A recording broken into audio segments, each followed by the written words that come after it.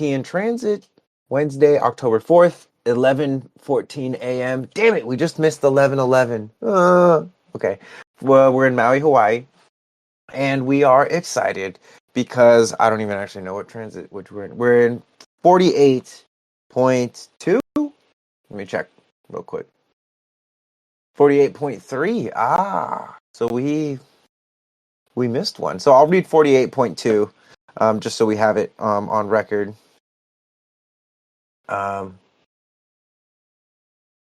Degeneracy. The awareness that to successfully establish new form, one cannot neglect the most positive attributes just to accommodate inferior elements. This would lead to deterioration. A confidence and awareness to resist inferior influences, or the misguided urge for harmony that degenerates when associated with inferior values into decadence. A lack of confidence and awareness that invites interference and decadence. Luxury is not always a blessing. That was yesterday. Line 2, might is right. This is 21.2, yesterday. The legitimacy of action in response to flagrant and persistent interference. Exaltation is powerful and extreme reaction. Here, the severest action will be the most successful in the legitimate rejection of interference on the material plane. Detriment is a tendency to regret severity, no matter how legitimate, the ego uncomfortable with the severity. So again, 21 is this kind of like violent, controlling, biting through to chop something off, and the exaltations are like severe. The punishment is delivered. I Ching would probably say something like, the superior man crosses the large water when judgment is justly judified, something like that. But now we're in line 3 of these gates. And so that was the things I just read. That was yesterday. So here's line 3. And this is one that I actually have. I have 48.3. And so my 48.3 is locked in exaltation. So I'll read both of them, though. So line 3 of 48, incommunicado, symbolized by the no moon phase, where the potential of light is unrecognized, unavailable, and unknowable.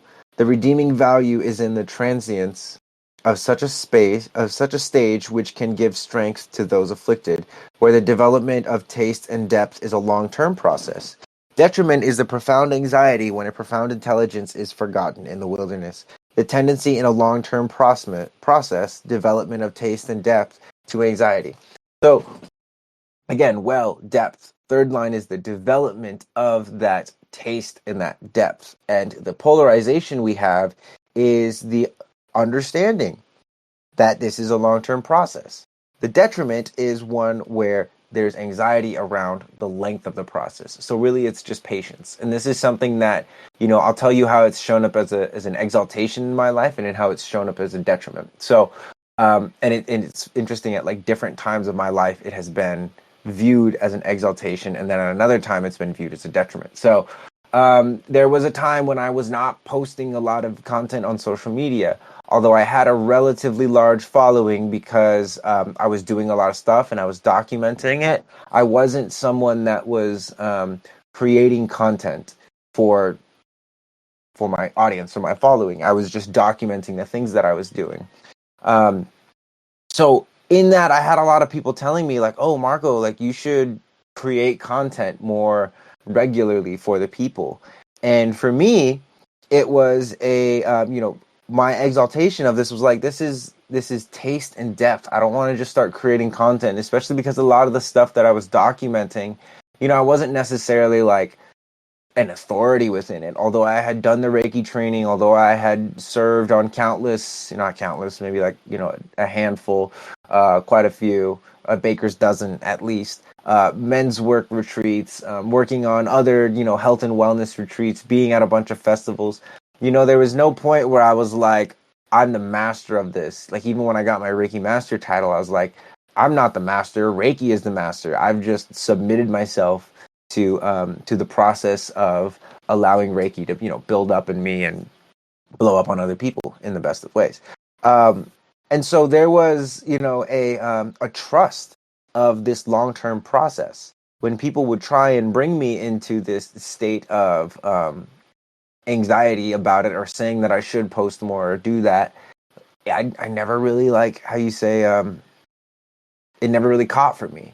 And I guess maybe that is the benefit of having the the exaltation fixed, in the sense of, for me, I never really got anxious about how long something was going to take.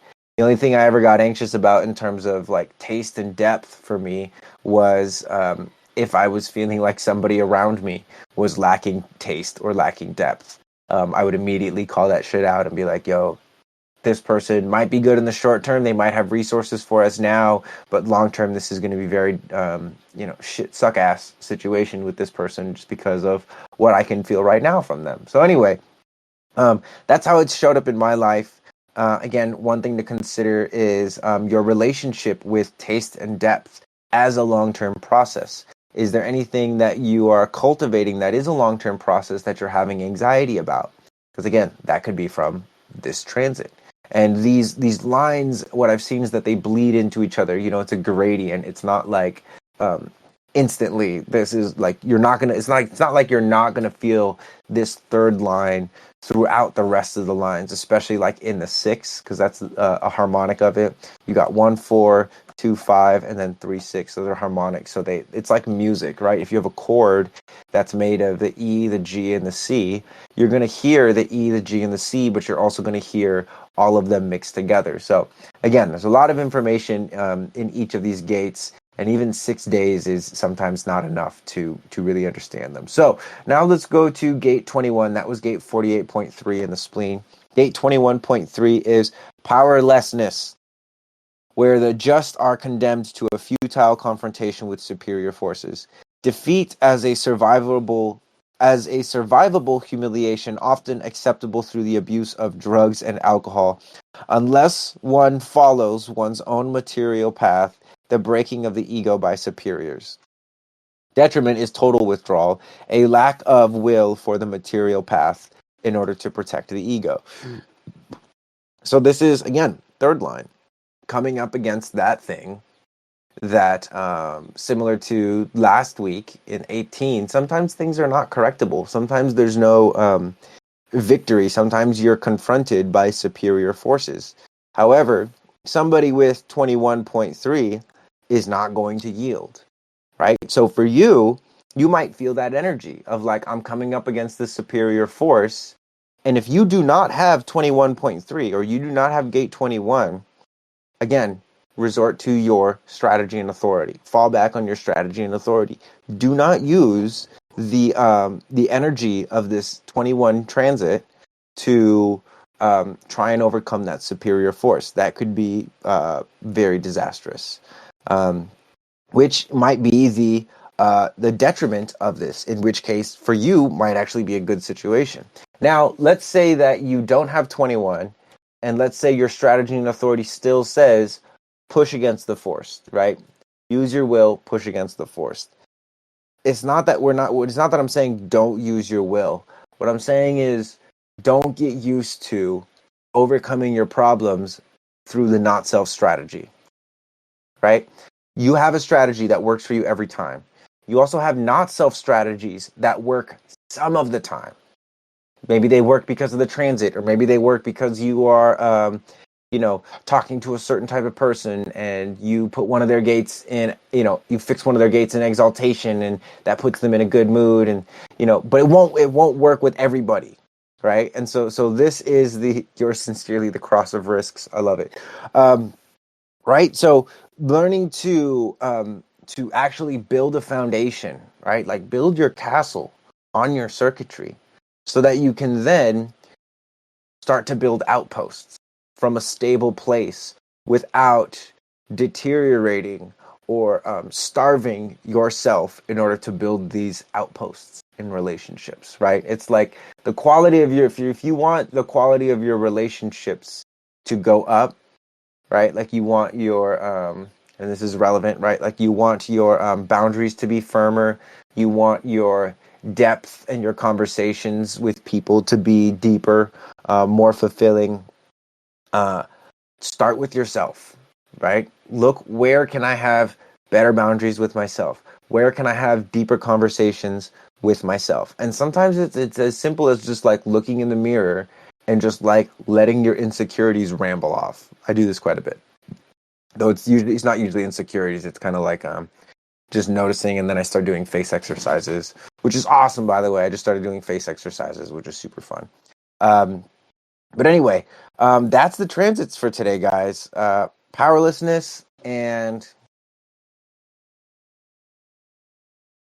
incommunicado, 48 and 21, spleen and heart. So again, another cool thing to do is look at how your chart is connected. So for instance, do you have 16? Because if you have 16, 48 would hook up your spleen and your throat. If you have 25, then this 21, or sorry, if you had 45, which I have 45, so the 21 for me hooks it up, right? So Ori, so you have a defined throat and heart today, right? So again, this is like, if that's the case, you get to see what your relationship is like. It doesn't change your aura, it doesn't change your strategy, because again, your strategy is fixed based off of your placements, your personality and design placements. These transits are moving. It's the same way like you wouldn't start a business just because someone else has something that they're bringing to the table. I mean, maybe you might, but unless you're also bringing something to the table, what's stopping this person from just dropping you? That's not a good business to start. You want a business where it's like you bring something to the table and the other person brings something to the table. Same thing with romantic relationships. I bring something, she brings something. And I bring myself, she brings herself, and that's it. Right? Or my business partner brings themselves, I bring myself, and then through that then there's magic coming out of that. But at the end, it's understanding that when we separate, that we're no longer that being that we are when we're together. So this is the magic of human design, right? Is like once you start to learn more about your own circuitry, then you start to be able to include other people's circuitry within your awareness. Now to the point where it's like for instance, I know Shaolin Luke, he's got the 41, 21. Right, so he's got the full channel. He's got the 45-21. Sorry, so he has that full channel, and I just have the 45. So one of our compromises I'm realizing is, and he's at Convergence right now, so he probably won't listen to this recording, but I'll probably talk to him about this. But one of the compromises I'm realizing is that when I have the 45 and he has the 45, because he has the channel, I will typically yield what it is that we're going to do to him. And not to say that that's a bad thing. That's just like the compromise that tends to happen. And now that I have my space, like I'm realizing like, oh, I do things kind of at a different pace, right? And so what a gift to have that contrast of time together, very close together. Because when he is here, we spend a lot of time together, and then time apart. That creates contrast, that creates awareness. And it's just like the tides. Like there's a lot we can learn from the moon, right? Is like without the tides, without high tides and low tides, without the struggle, without the pressure, without gravity pushing down on us, we would never know what it feels like to stand upright. And what a travesty that would be to not know our own strength because we deleted gravity. Right? Without your challenges, you would never know what it's like to persevere and overcome your challenges. And so, anyway, I'm starting to get really philosophical. Plus, I got other work I got to get into. So, thank you guys for tuning in to the Tea and Transits. I freaking love you. Also, by the way, since it looks so good, if any of you are interested in shirts, we have shirts. Okay? We have shirts. This one is actually the Neutrino design logo that I just made to look more like a moon. So this is that. But anyway, I had to plug it because it looks so tight over here. But I love you guys. I'll see you soon. A reminder: we have an AMA coming up on Friday, so make sure you subscribe to or put that you're interested and get some notifications. That's going to be fun. I'm going to have Prana as usual. See if we can get Ryan back as well. So if you have any questions, that's the place to bring them. And then also, again, if you have any questions in general, just like throw them in the chats, throw them in the relevant channels. And then also another invitation to invite your friends.